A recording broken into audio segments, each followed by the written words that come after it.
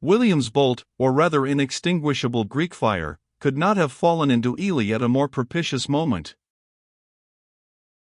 Hereward was away, with a large body of men, and many ships, foraging in the northeastern fens. He might not be back for a week. Abbot Thurston, for what cause is not said, had lost heart a little while before, and fled to Anger, taking with him the ornaments and treasure of the church. Hereward had discovered his flight with deadly fear, but provisions he must have, and forth he must go, leaving Ely in charge of half a dozen independent English gentlemen, each of whom would needs have his own way, just because it was his own.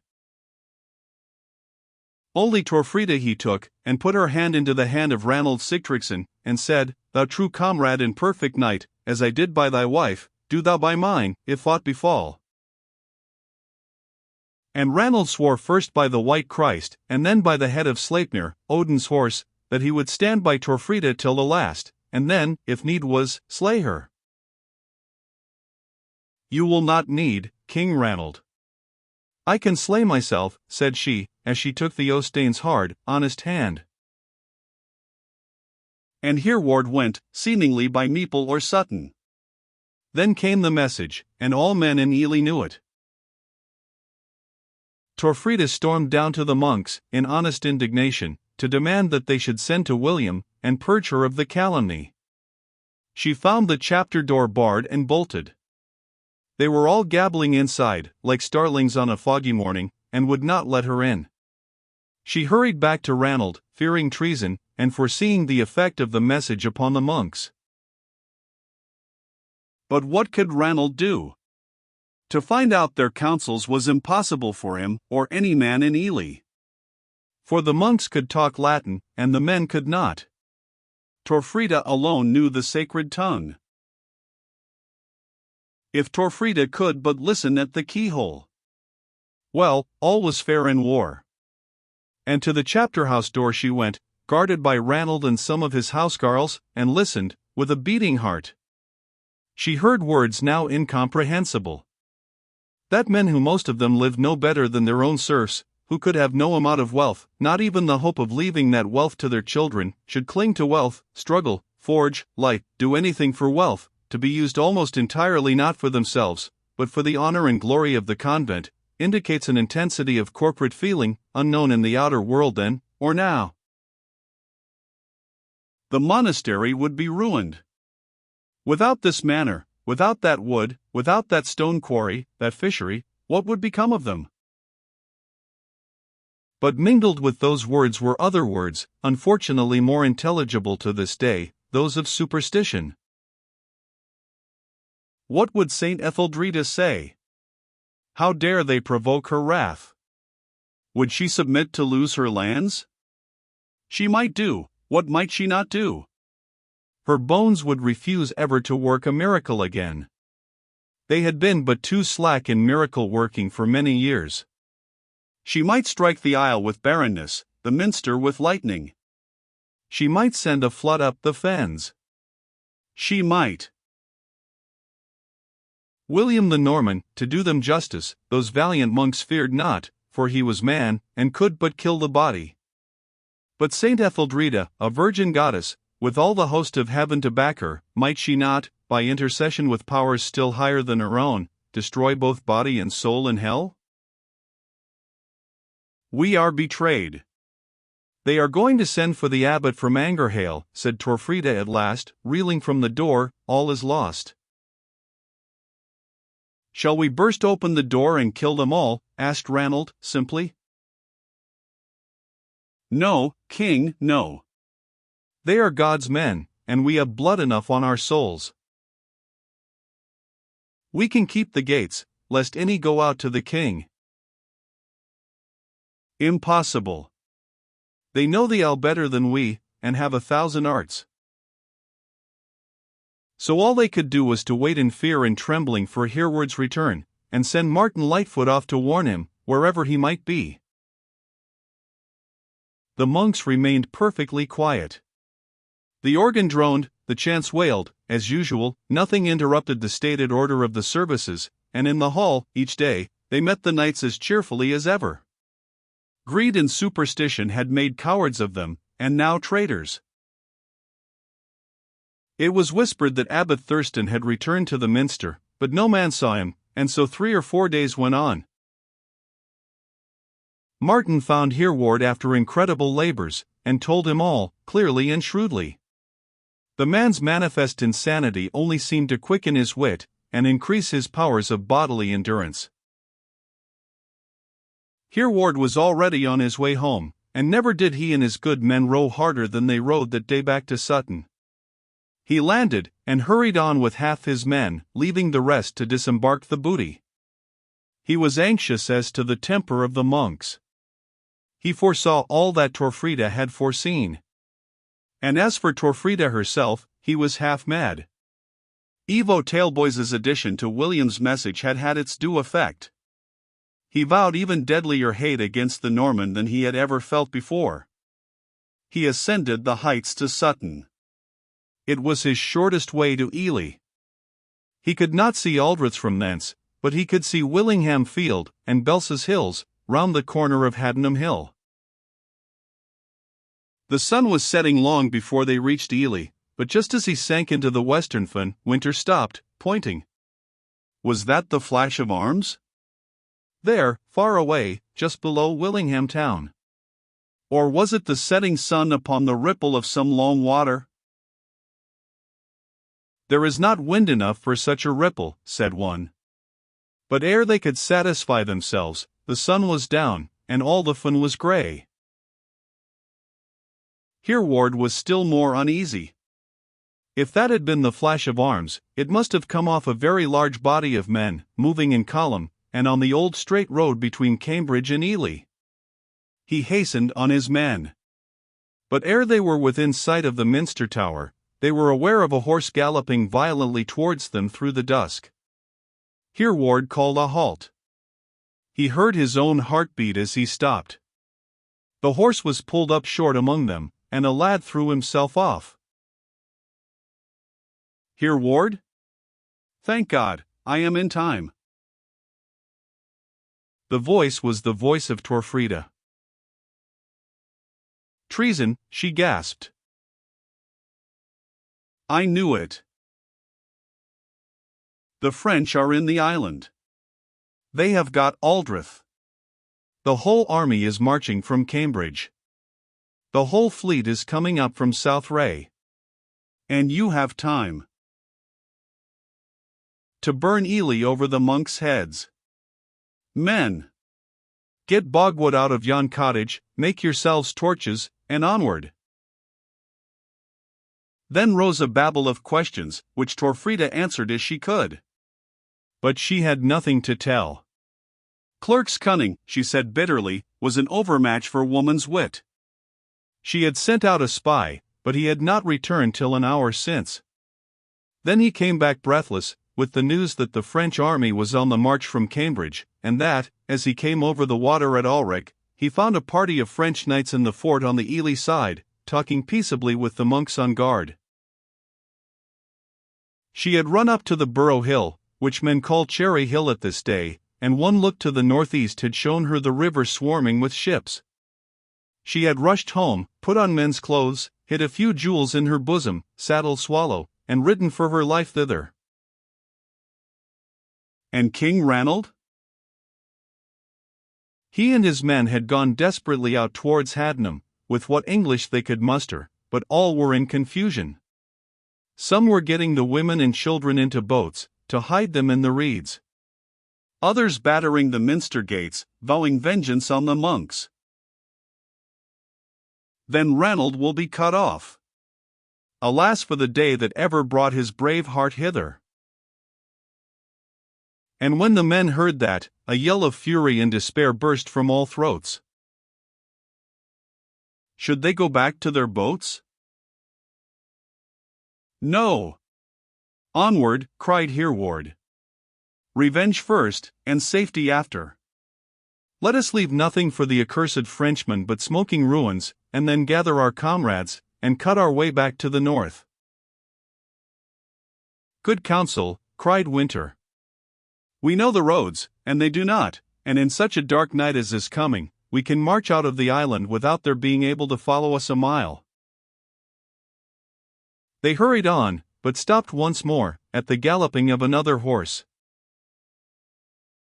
"Who comes, friend or foe?" "Alwyn, son of Orger," cried a voice under breath. "Don't make such a noise, men. The French are within half a mile of you."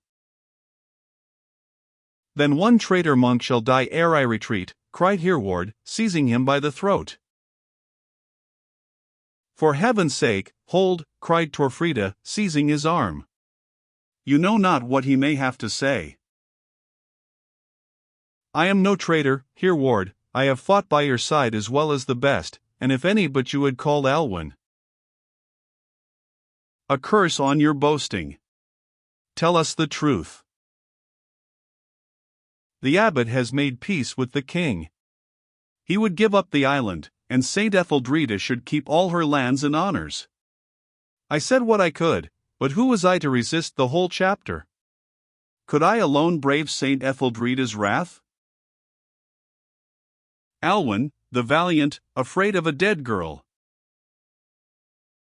Blaspheme not, Hereward. She may hear you at this moment. Look there," and pointing up, the monk cowered in terror, as a meteor flashed through the sky. "That is Saint Etheldreda shooting at us, eh? Then all I can say is, she is a very bad marksman. And the French are in the island?" "They are." "Then forward, men, for 1/2 hour's pleasure, and then to die like Englishmen." "On," cried Alwyn. "You cannot go on. The king is at Wychford at this moment with all his army, half a mile off. Right across the road to Ely." Hereward grew berserk. "On! Men," shouted he, "we shall kill a few Frenchmen apiece before we die." "Hereward," cried Torfrida, "you shall not go on. If you go, I shall be taken. And if I am taken, I shall be burned. And I cannot burn, I cannot. I shall go mad with terror before I come to the stake. I cannot go stripped to my smock before those Frenchmen. I cannot be roasted piecemeal. Hereward, take me away. Take me away. Or kill me, now and here." He paused. He had never seen Torfrida thus overcome. "Let us flee. The stars are against us. God is against us. Let us hide, escape abroad, beg our bread, go on pilgrimage to Jerusalem together, for together it must be always, but take me away." "We will go back to the boats, men," said Hereward. But they did not go. They stood there, irresolute, looking towards Ely. The sky was pitchy dark. The minster roofs, lying northeast, were utterly invisible against the blackness. "We may at least save some who escape out," said Hereward. "March on quickly to the left, under the hill to the ploughfield." They did so. "Lie down, men. There are the French, close on our right.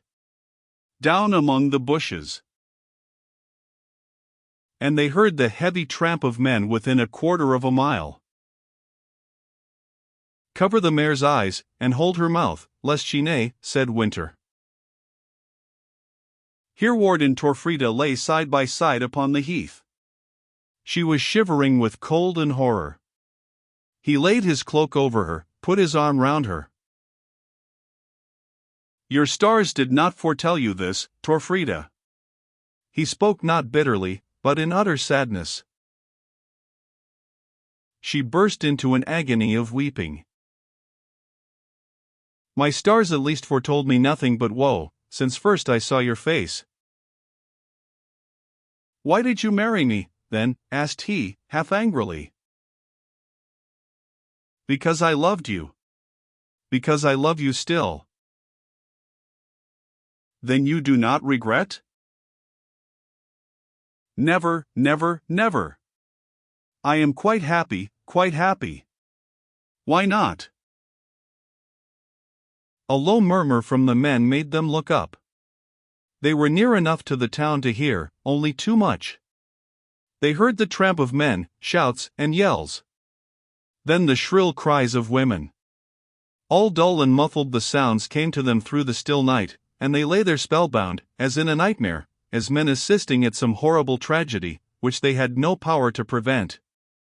Then there was a glare, and a wisp of smoke against the black sky, and then a house began burning brightly, and then another.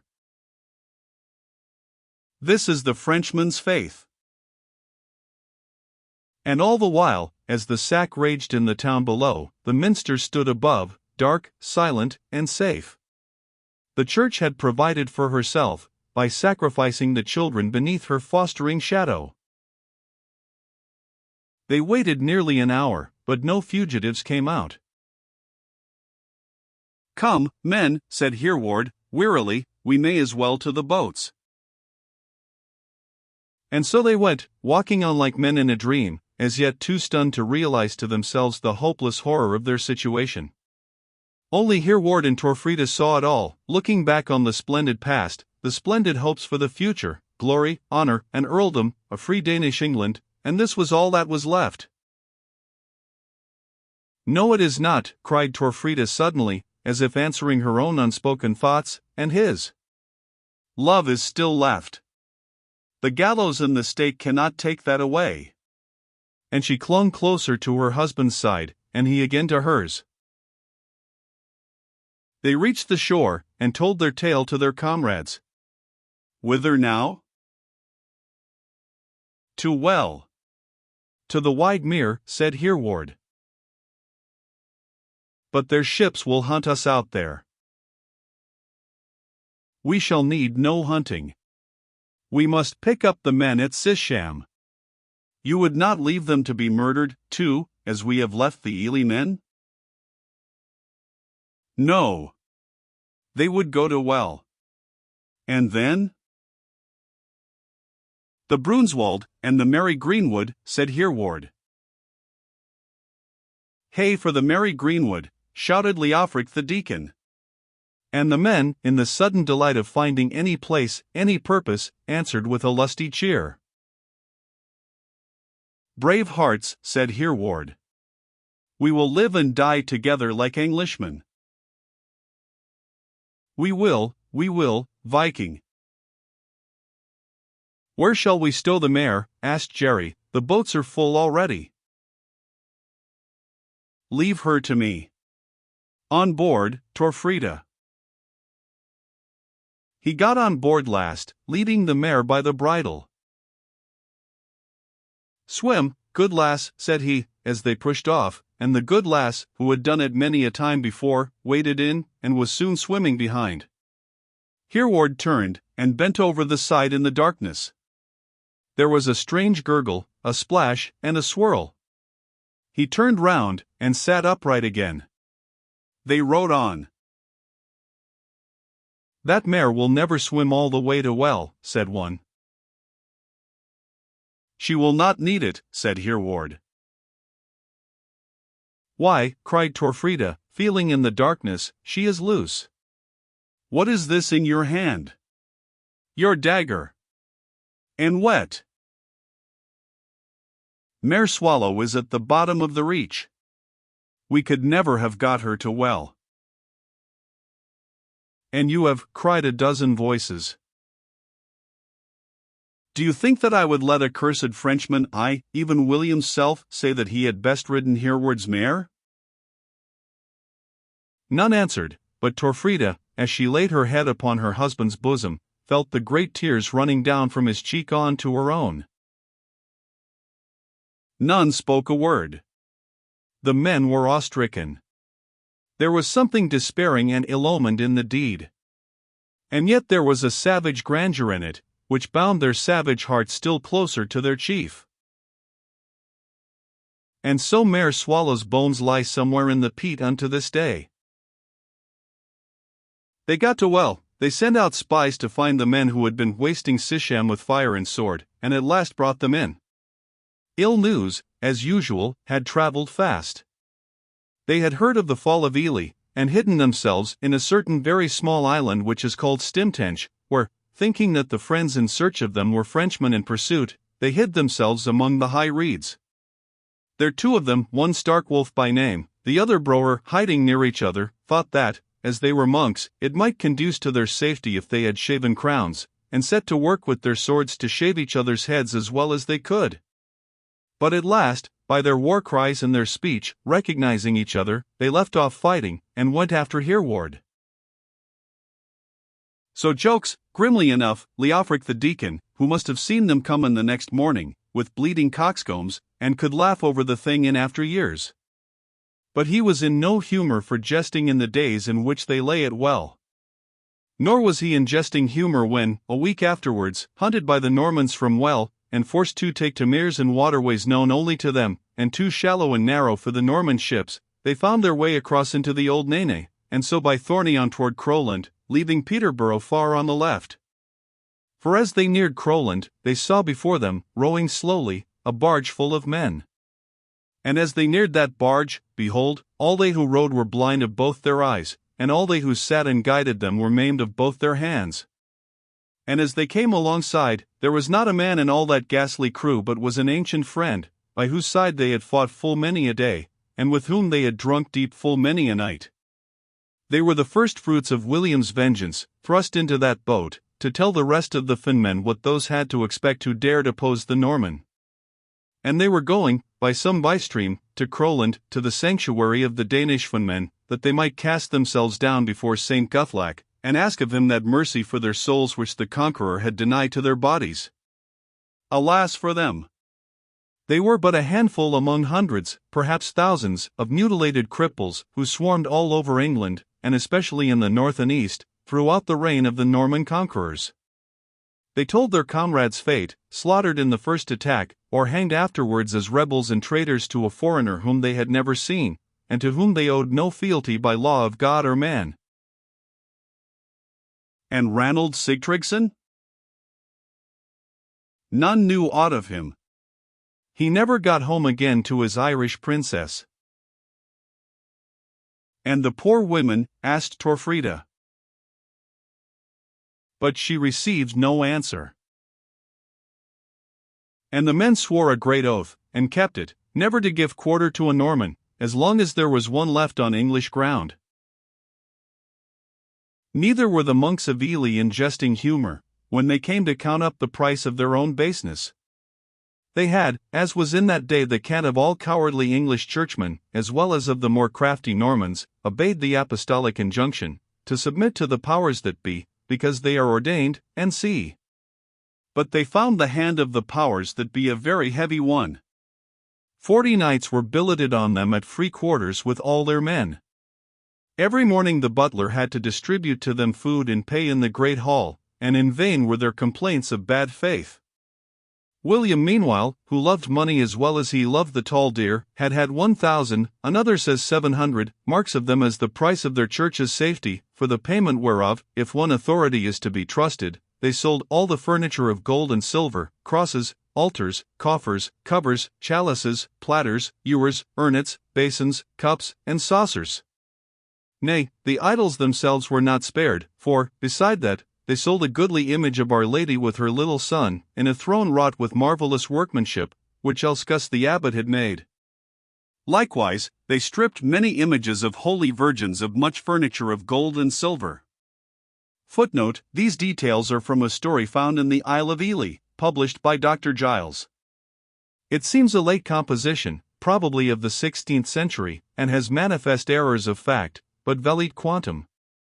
So that poor Saint Etheldreda had no finery in which to appear on festivals, and went in russet for many years after. The which money, according to another, footnote, Stowe's Annals, they took, as they had promised, to Pico the Viscount at Cambridge. He weighed the money, and finding it an ounce short, accused them of cheating the king, and sentenced them to pay 300 marks more. After which the royal commissioners came, plundered the abbey of all that was left, and took away likewise a great mass of gold and silver found in Wentworth, wherewith the brethren meant to repair the altar vessels, and also a notable cope which Archbishop Stigand gave, which the Church hath wanted to this day. Thurston, the traitor abbot, died in a few months. Egelwin, the Bishop of Durham, was taken in the abbey. He was a bishop, and they dared not kill him. But he was a patriot, and must have no mercy. They accused him of stealing the treasures of Durham, which he had brought to Ely for the service of his country, and shut him up in Abingdon. A few months after, the brave man was found starved and dead, whether of his own will or enforced, and so ended another patriot prelate. But we do not read that the Normans gave back the treasure to Durham. And so, yielding an immense mass of booty, and many a fair woman, as the Normans' prey, ended the camp of refuge, and the glory of the Isle of Ely.